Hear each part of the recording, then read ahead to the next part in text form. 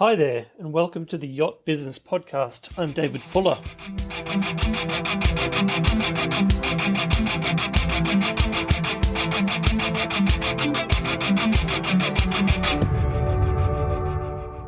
We're looking at new and innovative technologies, trends, and business models that are having an impact on the marine industry. This week, I speak with Rosie ODonnell from Yachts for Science project, and then a little bit of editorialising around the Sail GP DAO. Why don't we kick it off, and I can welcome Rosie to the show and tell us a little bit about Yachts for Science. I saw it in a LinkedIn post and I was fascinated, so I wanted to learn more. Well, Yachts for Science really started in 2019. It was the brainchild of Boat International, Necton, who's a science research arm, and Ocean Family Foundation. And they got together and they realized that there's a lot of marine researchers trying to get access to the water. And the biggest thing that is stopping them from doing their research is cost and access. And yet there are 13,000 super yachts sailing around the world that have got plenty of time, plenty of money, and plenty of availability to help with research. So that's sort of where the concept came from. Research vessels are expensive to hire. They've got very limited access. They normally require huge amounts of paperwork and applications, and it's a very long-winded process. So far we've done sort of 4 or 5 research events with private vessels. And this year, we've had huge interest. So we know that we're on to the right thing. We know that everybody's interested in doing private research. We obviously were a little hindered by the pandemic over the last few years, but So far interest has been really good. And I guess it's something that is close to our heart as people who spend our time on the water, and whether it's sustainability or whether it's other things, there seems to be a good fit there between people who spend their leisure time on the water and what's going on in the water. Well, you can hugely change the story of yacht ownership to make it so much more meaningful than just a vessel that you go on holiday with or just a vessel that's used for charter. If you put an owner in a Zodiac off the coast of New Zealand and let him smell the breath of a sperm whale, that completely changes the story of owning a super yacht. So yes, it is definitely, we found captains and owners alike are very interested in Yachts for Science and also for crew well-being, because instead of just working on the boat, they now have a vested interest in helping the marine biologist. If you have a marine researcher come on board for a week and they need driving around in a tender and support with a dive or to help deploy research materials and scientific equipment, they now have an even more worthwhile role on that vessel than what they were doing just as a crew member. How does it work? How do all the moving parts of the yacht come together when you've got one of these projects happening? Well, we try and offer as much flexibility as possible, because obviously we're sort of starting something that hasn't really been done before. So we start off with we have a citizen science project, which one's leaving Falmouth actually at the end of this week on Sunday and going across the Atlantic from Falmouth to St. Martin with a motor yacht Slipstream. And they're going to tow a Euston net, which is a sort of fine canister net, for half an hour, once or twice a day, record their findings, and then they submit that to Rebecca Helm, who can also help them on their journey via, internet access and phone calls and one thing and another. So that doesn't require any researcher on board at all, but there's a researcher there providing training, and we're using this as a beta to create more Euston nets for more transatlantics and for Pacific crossings from between California and Hawaii, things like that, or just major transits between New Zealand and Fiji. So that would just require the crew to deploy the net and to record the findings. Then we have other projects where the researchers go on board for a period of a week to sort of 10 days. And you take 3D technology cameras and photograph coral reefs. And we have other projects. For instance, we work with the Manta Trust. We've got 2 projects, one in Fiji and another one in the Maldives, where the marine biologists come on board the boat with the owners and the captains. The owners don't have to be on board, but somebody has to be on board and do their research. There's all sorts of different options. Some of them are light touch. Some of them are a little heavier, like Dr. Francesco Ferretti. We're currently looking for him for a vessel in May, June in the Tunisian Channel, and he is tagging Mediterranean white sharks. So, if you've got an appetite for a little bit more action, that's definitely the one for you. Absolutely. Does the boat type matter, or do you need certain requirements? I guess there's requirements for berths if you've got people on board, but apart from that, what other requirements, are needed? It really depends. So the requirements for the great white shark chase, we need to put 80-kilo barrels of chum on the back of the boat. So we have one yacht. It's a super yacht Almera, a 50-meter Perini Navi. It's not quite suitable for strapping barrels of drum on a sailing boat that sails around at an angle, but is perfect for motor yachts, larger motor yachts with big aft deck space. With a tinder to the sea, we're a matchmaking service, and we really get to know our marine researchers. We really get to know our owners, and we fit the right research project with the right boat. It's a great concept. Episode that I did a couple of weeks ago with a company that is working with younger owners. Things like cryptocurrency and digital Silicon Valley guys coming into the super yacht sort of space are younger. They're using their yachts for different things. They're even designing their yachts in different ways from perhaps a more traditional owner might have. Are you seeing that trend as well?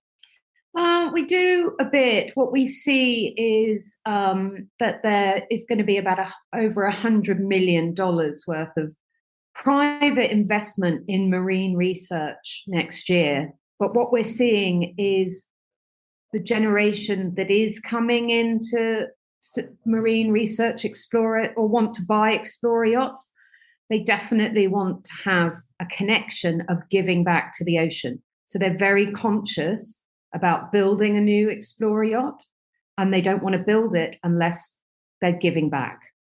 So they're either creating foundations to go alongside, or we're getting a lot of inquiries about, I want to put a lab on my super yacht.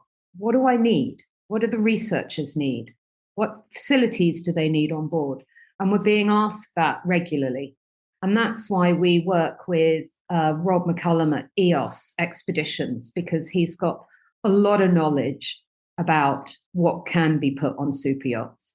And we work with Necton, our other founding partner, as to what research facilities are required for various research projects and what sort of lab equipment, lab space they'll need. But each research project's slightly different. It's normally about creating multifunctional space. Interesting. We need an awful lot of boats because you have you've got your research projects, but you've got to find the right vessel for that area. And also the appetite. You've got to have a captain and an owner that is both up for doing marine research. Because if you've got an owner that says, yeah, that's all great, fantastic, yeah, but the captain's not interested, it's never going to happen. He'll find a million excuses not to do it.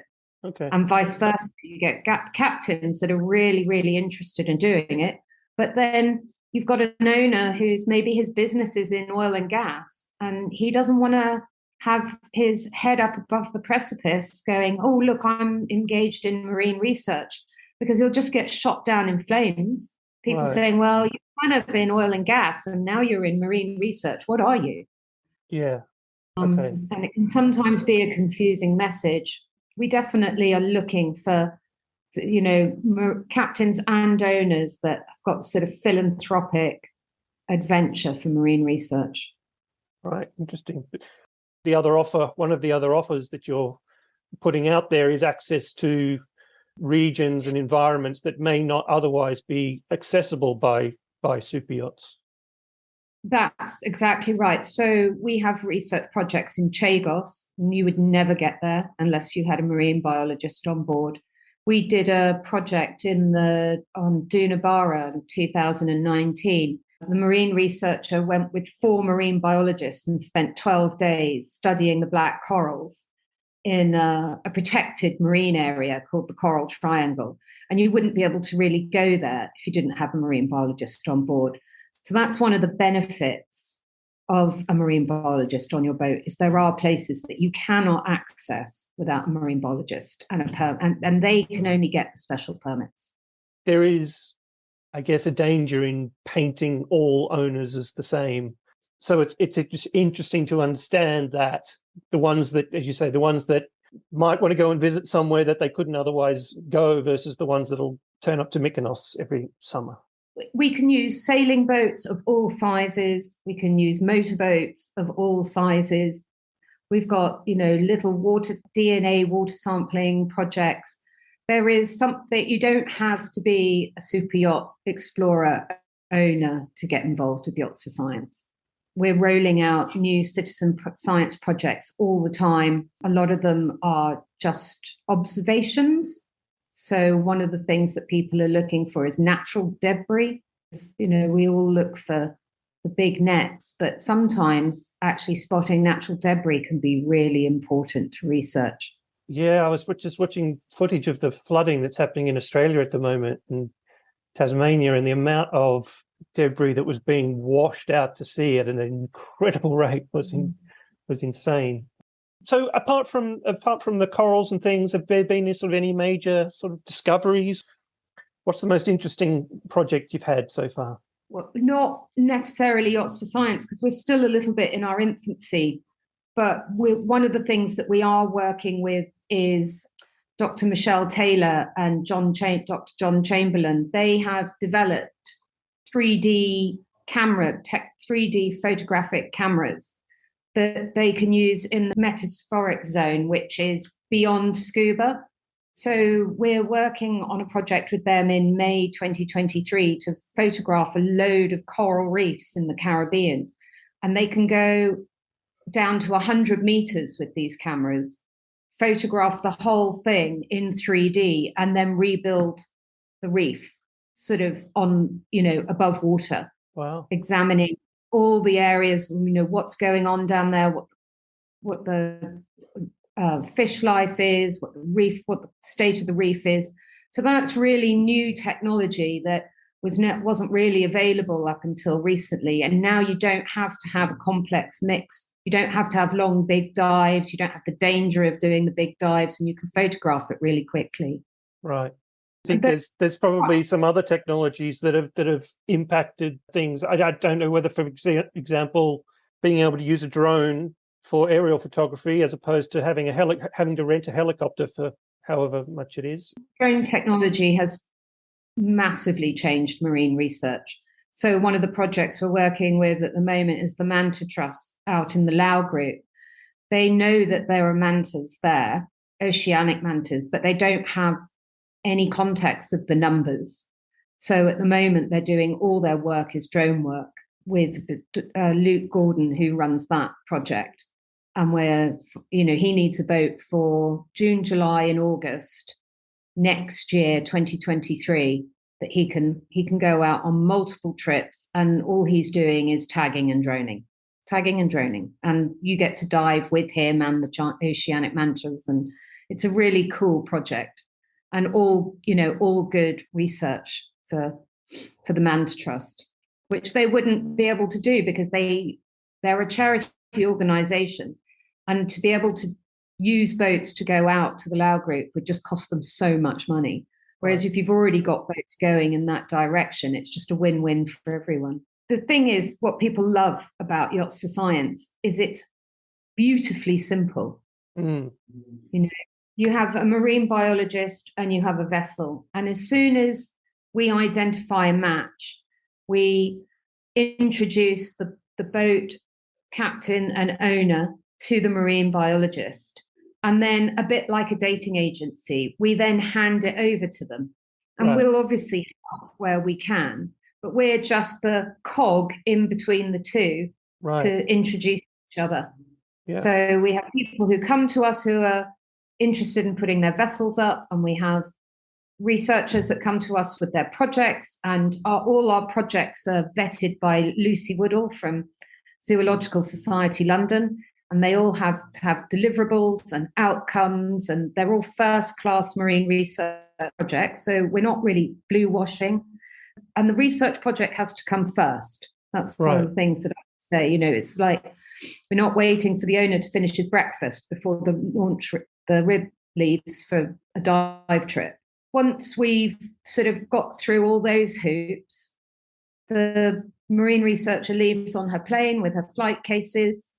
She arrives on the dock and the tender picks her up. And, if you think about what it costs a yacht to have 3 or 4 marine researchers on board for a week, the cost is they're already paying the captain, the crew are already there anyway. So it's just a bit of fuel, a bit of food, and a bit of time. Yeah. But the research outcome is worth tens, 20s, 30s, hundreds of thousands of dollars. Yeah. You never know what you're going to discover. Exactly. There's been some interesting work done in the last few years through some like the Volvo Ocean Race and others that have, I think, had some level of scientific activity on board because they've been in places where they basically can't go. They're so far south. Victor Francesco from DSS Pressure Drop, he discovered the deepest shipwreck. They discovered the deepest octopus at 4 miles underwater that they never knew would ever survive down there. He's done some amazing discoveries with his 5 deep trench dives that he did in a couple of years ago. There's a huge appetite to get into marine research. We know more about what goes on the moon than we know what happens in the bottom of our ocean. Absolutely. Yeah, it's considering how much of the planet it makes up, we know very little about it. Okay, Rosie, thanks for that. It's really good. No, thank you for having me. So where do you get your updates? Over 8,000 of you follow us on Twitter, but it seems a bit quiet over there. We've got a Facebook page, but that seems a bit empty too. Maybe we should be on Instagram more. We spend a lot of time on LinkedIn. If that's the place where you want to engage, please let us know. In this week's editorial, I'm going to talk about the Sail GP DAO, or Distributed Autonomous Organization. In a previous episode, I talked about Sail GP having to change things up a bit for their fans. The format, which forces nearly every race to be the same, is a bit like you've seen one, you've seen them all. It's less about the skill of the athletes and more like, I hope there's a wreck. Earlier in 2022, Sail GP introduced a new crypto partner, Near Protocol. They renamed the marks on the course so the brand could get some airtime from the commentators, pretty basic sports marketing stuff. But because Near is a blockchain company, there was talk of one of the sailing teams being owned by a DAO, or a decentralized autonomous organization. It's an interesting pitch. Allow the fans to own a team. Sounds good in theory, but there's a lot of dysfunctioning DAOs out there at the moment. SailGP has amended its rules to allow thousands of racing fans to either invest in a new SailGP team or to provide specific governance on the many decisions for that new team, or both, says the marketing. The marketing also says that this is meaningful. You get a voice in some of the team's decisions. It's about access. NFTs as VIP passes is pretty well established by now. It's rewarding. Members benefit when team succeeds. We're yet to see how that pays out. It's global. This seems a bit redundant. Engaged. In other words, if you have skin in the game, you will be more invested, literally. And the future, real-world implementation of Web3. Not sure what that really means. Okay, that's the pitch, and some of it sounds interesting, but have you ever been to a protest hearing at a yacht club? Have you ever spent any time on sailing anarchy forums? Sailing fans can't really agree on anything, let alone appointing the management of a sailing team. Then there's the fine print. It's likely that the more investment you make, the more votes you will get. The more you own, the more rewards you get. Most DAO projects are pretty transparent about the tokenomics of the project, but this constitution hasn't been written yet, or if it has, it hasn't been shared. In terms of NEAR itself, 20 wallets hold 70% of the tokens. Then there is the customer journey. Click register your interest, and there is nothing about sailing or Sailing GP at all. First of all, you need to enter your name and email address, and even though NEAR is permissionless, SailGP doesn't just want anyone owning the team. They want to know who you are. You need to enter your NEAR wallet ID, presumably again, so that they can check the balance. But in order to register your interests for the DAO, you need to sign up to NEAR. Some great growth marketing tactics there. You need to enter your Discord ID or Telegram handle. If you thought the old bulletin boards about sailing were impossible to navigate, try running a sailing team on Discord. Then you are asked, what is your involvement in the NEAR community? Not the SailGP community, the NEAR community. So this is for NEAR fans, not for SailGP fans. And then finally, you are asked, what is your interest in the NEAR SailGP partnership? And the first option is build integrated tech development. This is not a loyalty program or a fan club. This is an investment product. We've reached out to SailGP for someone to come on and talk about it, but we are yet to receive a reply. And that's it for this episode. We've got some really interesting guests coming up, so make sure you subscribe to get them in your feed when they drop. And you can engage in the discussion on the issues on your favorite social platforms, except for TikTok.